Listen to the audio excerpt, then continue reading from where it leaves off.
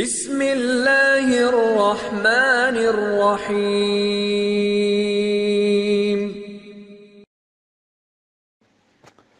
আসসালামু আলাইকুম রহমতুল্লাহি ওবারাকাতুহ। আলহামদুলিল্লাহ সালাতু আসসালামু আলা রাসূলিল্লাহ আম্মা বাদ। ভাই প্রশ্ন করেছেন যে একজন মালাকুল মউত কিভাবে সারা বিশ্বে এত মানুষের মৃত্যু ঘটান একসাথে। প্রথম কথা হচ্ছে যে মালাকুল মউত বলতে এখানে একজন ফেরেশতাকে বোঝানো হয়নি। আর মালাকুল মউত যেখানে একজন ফেরেশতা, মালাকুল মউত মালাক হচ্ছে এক বচন, তো মৃত্যুর ফেরেশতা। তো প্রত্যেকটা সেকশনের একজন শীর্ষস্থানীয় ফেরেশতা থাকেন, যেমন জিবরাইল আলাইহিসসালাম, তিনি হচ্ছেন রাইসুল মালাইকা যাকে বলা হয়েছে। তারপরে ইসরাফিল আলাইহিসসালাম, তারপরে হচ্ছে আপনার মালাকুল মউত, তারপরে হচ্ছেন আপনার মিকাইল আলাইহিসসালাম। তো এইভাবে শীর্ষস্থানীয় কিছু ফেরেশতা রয়েছে। তদ্রূপ এক একটা দায়িত্বে এক একটা সেকশনে একাধিক ফেরেশতা থাকে। আর প্রত্যেক সেকশনে বা প্রত্যেকটা পদে পৃথক পৃথক ফেরেশতা থাকে অসংখ্য। তাদেরকে লিড করে একজন একজন ফেরেশতাকে তাদের সর্দার করা হয়ে থাকে।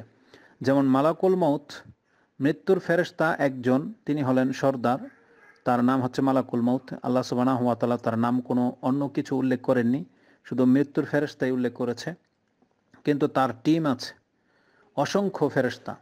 বরং এই পৃথিবীতে কাদের মৃত্যু ঘটবে এটা ওই মালাকুল মউত, যেমন আকাশ থেকে আমাদের রাসূল সাল্লাল্লাহু আলাইহি ওয়াসাল্লামের উপরে খবর আসছে আর ওগুলো আমাদের পর্যন্ত ছড়িয়ে দেওয়া হয়েছে।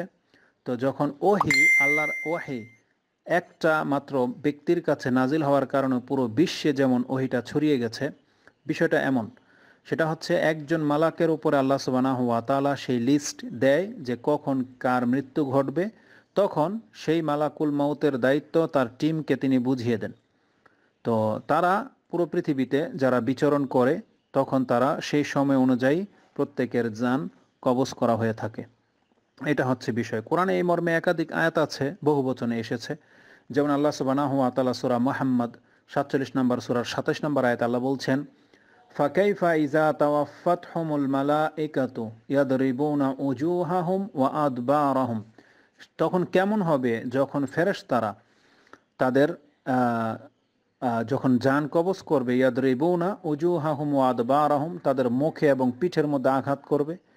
তো এখানে একাধিক ফেরেশতা, এখানে মালাইকাতু শব্দটা আছে, এটা হচ্ছে বহুবচন। যে ফেরেশতারা যখন তাদের মৃত্যুর সময় তাওয়াফা তাওয়াফাতহুম তাওয়াফাতহুম মানে হচ্ছে যখন তাদের মৃত্যু ঘটাবে, মালাইকাত। তো মালাইকাতুন, এখানে আল মালাইকাতু আছে, তার মানে একাধিক ফেরেশতার কথা আছে। তো মূল কথা হলো মালাকুল মউত হচ্ছে ওই মৃত্যু ঘটানোর ফেরেশতাদের সর্দার, যার কাছে রিপোর্ট আসে, লিস্ট আসে, এবং যার তত্ত্বাবধানে এই কাজটা সম্পূর্ণ হয়। যার ফলে আল্লাহ সুবহানাহু ওয়া তাআলা শুধু ওই সর্দারের কথাটাই উল্লেখ করেছেন, নেতা যিনি। এটা হচ্ছে ইসলামের বা আল্লাহ সুবহানাহু ওয়া তাআলার নীতি, যে যেটা সব থেকে বেশি মর্যাদাবান আল্লাহ সেইটার কথা বলে থাকে। যেমন ওহির ক্ষেত্রে জিবরাইল আলাইহিস সালামের সব থেকে বেশি স্মরণ করা হয়েছে, কারণ তারই দায়িত্ব ছিল এটা। কিন্তু কিছু কিছু হাদিস থেকে এটাও জানা যায় যে জিবরাইল আলাইহিস সালাম ছাড়াও অন্যান্য ফেরেশতারাও ওহী নিয়ে আসতেন। যেমন সূরা আপনার বাকারার শেষ দুইটা আয়াত এবং সূরা ফাতিহা নিয়ে ভিন্ন ফেরেশতারা এসেছিল, সেটা জিবরাইল আলাইহিস সালাম নিয়ে আসেনি। কারণ জিবরাইল আলাইহিস সালাম তখন রাসূল সাল্লাল্লাহু আলাইহি ওয়াসাল্লামের সাথেই ছিল এবং বলল যে আজকে এই ফেরেশতা দুইজন এই পৃথিবীতে প্রথম আসলো আপনাকে এই সুসংবাদ দেওয়ার জন্য। সেটা কি? যে ইতিপূর্বে কাউকে দেয়া হয়নি। সূরা বাকারার শেষ দুইটা আয়াত এবং সূরা ফাতিহা। তো এই হাদিসের মধ্যে বোঝা যাচ্ছে যে একাধিক ফেরেশতারা দায়িত্বে নিয়োজিত থাকে। তা মালাকুল মউতও ঠিক তাই। আল্লাহ সুবহানাহু ওয়া তাআলা চাইলে একজন ফেরেশতাই সমস্ত আত্মাগুলাকে গ্রহণ করতে পারে, এতটা সক্ষম আল্লাহ সুবহানাহু ওয়া তাআলার সৃষ্টি। কারণ ফেরেশতারা বিশাল আকৃতির হয়।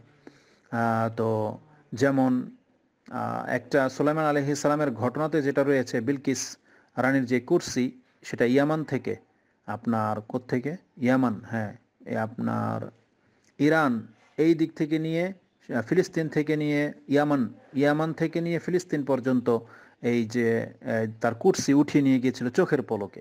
তো এটা সাধারণত তিনটা মত, কেউ বলেছে ফেরেশতা, কেউ বলেছে সুলাইমান আলাইহিস সালাম নিজেই। তো যদি ফেরেশতা হয়ে থাকে তাহলে ফেরেশতার কাছে এটা কোনো বিষয়ই না।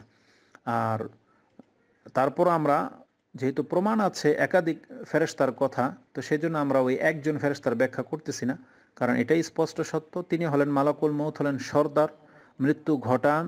যে যে কাজগুলো করে থাকে যে ফেরেশতারা, তাদের সর্দার হচ্ছেন রাইসুল মালাইকা, হচ্ছে মালাকুল মউত।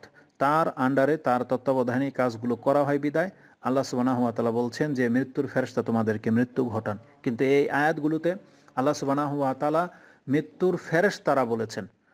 অনেকগুলো আয়াত আছে এই মর্মে, আনআমে আছে, নাহলে আছে। আল্লাহ বলছেন আল্লাযীনা তাতাওয়াফাহুমুল মালাইকাতু তাইয়্যিবিন, আল্লাযীনা তাতাওয়াফাহুম, তাদের মৃত্যু ঘটান, আল মালাইকাতু, মালাইকাতু তো বহু বচন সব জায়গায় আছে। তো আশা করি আপনি বুঝতে পেরেছেন, সেটা হচ্ছে যে একজন ফেরেশতা নয়, বরং একাধিক ফেরেশতা রয়েছে মৃত্যু ঘটানোর জন্য। আর যিনি হচ্ছেন রাইসুল মালাইকা, তার নাম হচ্ছে মালাকুল মউত। তাকে আজরাইল বলবেন না, তার নাম হচ্ছে মালাকুল মউত, মানে মৃত্যুর ফেরেশতা।